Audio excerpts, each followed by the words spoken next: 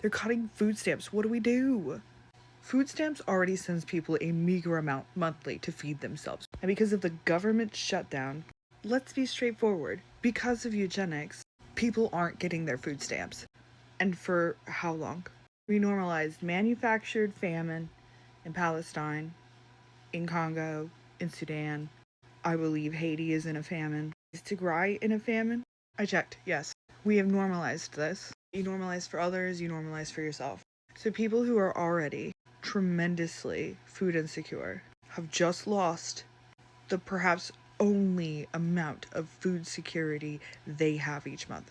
Millions of people, families with children, elderly, disabled people, working class people. Donate to food banks, yes. Volunteer at food banks, yes. Donate money and food that's in date. Good food, a variety of food. But also, please, if you see people crowdfunding for anything, but especially for food, help them however you can. Send even $1 if you can spare it. Send more if you can. But uplift the post. If you don't feel comfortable sending money, uplift the post. Like, share, bookmark, comment anything. A lot of mutual aid posts, video style, tell you what they need you to comment. Your engagement is currency. Don't take for granted that they need money, please. But food banks cannot handle everyone who is in need, even as it stands. Food banks are also being hit hard right now. Food banks are not accessible for everyone. I've already made a version of this video, but I will keep making it until it gets the traction it needs. Donate to mutual aid requests. Donate to crowdfunds. People are already crowdfunding for groceries. Disabled people crowdfund for accessible hot meals. These days, the times when I'm most food secure are when my community helps me to be. There are people more food insecure than me. I have a friend who is homeless, who struggles to get $10 or $20 daily to feed herself and her 3 children. If we can't do the basics of feeding our neighbors, what are we doing as a society? This video is tagged in a playlist.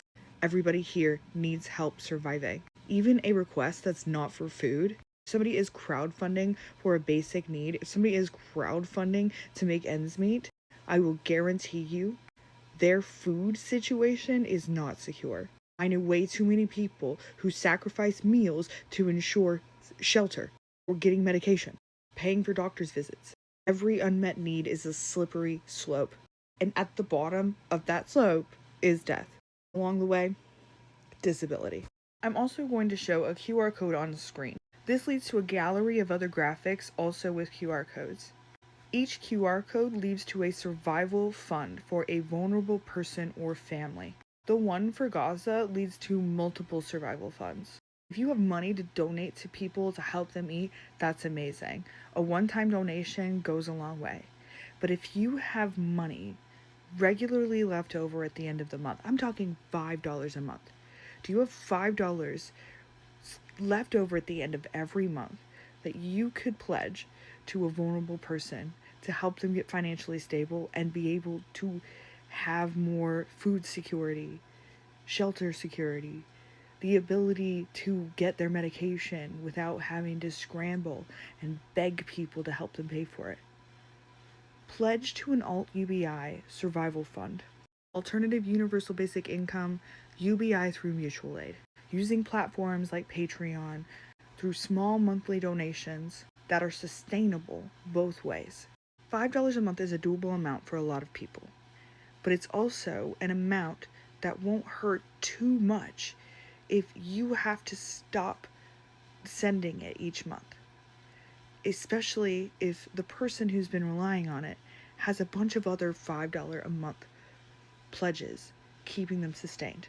We're calling it community Kevlar, tight individual stitches that make the community bulletproof. Whatever you can do it actively, do it with intention, and do it quickly. People are already dying. It's only going to get worse. But we can save people. We just have to do it. To paraphrase Sun Tzu, feed your neighbors for fuck's sake.